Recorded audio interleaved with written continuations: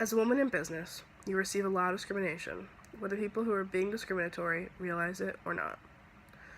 When I was just starting out my internship, I was the only girl in a sea of over 40-year-old men. They looked down on me consistently because I was not only a female, but also a 19-year-old college student. They continued to poke fun at me, saying I was not bold enough to get a sale. This was my everyday life until I went on a courtesy check and proceeded to bring home a sale that brought over $1.5 million of revenue into the company. That one simple cold call skyrocketed my career and brought me into many different conferences and meetings with the vice president of sales. I had thought that I was set for the next few summers from the experience I had gained from sophomore year, but as I was interviewing for the next summer, that idea was crushed. I had killed the interview, and everyone in the company had already told me they looked forward to working with me. After receiving multiple correspondences with my interviewer, I was positive that I had gotten the job and would be receiving an offer letter soon. Then, radio silence.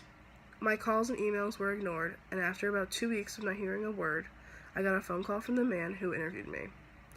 He had said that they were going in a different direction and good luck in any future endeavors. I was shocked, but I wanted to know what had gone wrong so I could correct it for any future interviews. He informed me that I was too feminine and they needed a bold, masculine figure to head their leadership program. I reminded him of my resume and all the leadership work I had done in the past, but he just hung up. Discouraged, I wanted to change my course and go into a different field, but after thinking long and hard, and talking to my mother who was also in business, I was encouraged to keep pursuing my dream even more vigorously than before. In order to pursue my dream, I surrounded myself with men and women who all push each other further into our goals. We worked long hours, going to networking events and info sessions and lectures, all on entrepreneurship. I never really had a good idea to invent per se, but I was very creative. After years of trying to figure out what I wanted to do in my life, I finally realized I can go into marketing and be creative without any need to invent something. In my early 20s, I had a dream to create my own marketing firm with the ideals and values that I grew up with. I kept at my goal, pushing until I was the head of the most successful marketing firm in the metropolitan area. I only ran campaigns that I thought were ethical and that aligned with my values, and I was very successful.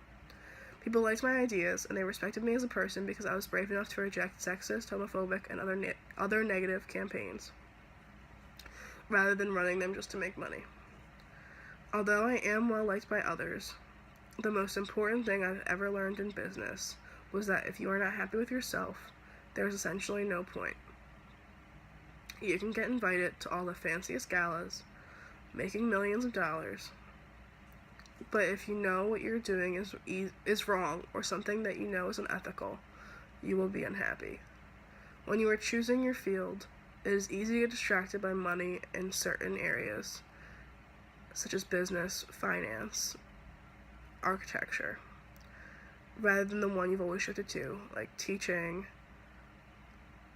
But if you're only in something for the money, doing whatever it takes to get more, you will eventually realize that you're miserable, and it will be far too late in your career to do something to change it. I have had many friends who went into finance or economics to make all the money in the world when all they really want to do is become an English teacher. But because teachers don't make enough money, they gave it up. And in order to be truly happy, you should pursue whatever you want, whether you're a girl who wants to be a construction worker, or a scientist, or a boy who wants to be a ballerina. Do not let anyone tell you that what role you should be based on your gender or financial status. When you're truly happy, it doesn't matter what anyone tells you about your job or your life because you're too happy to care what they think.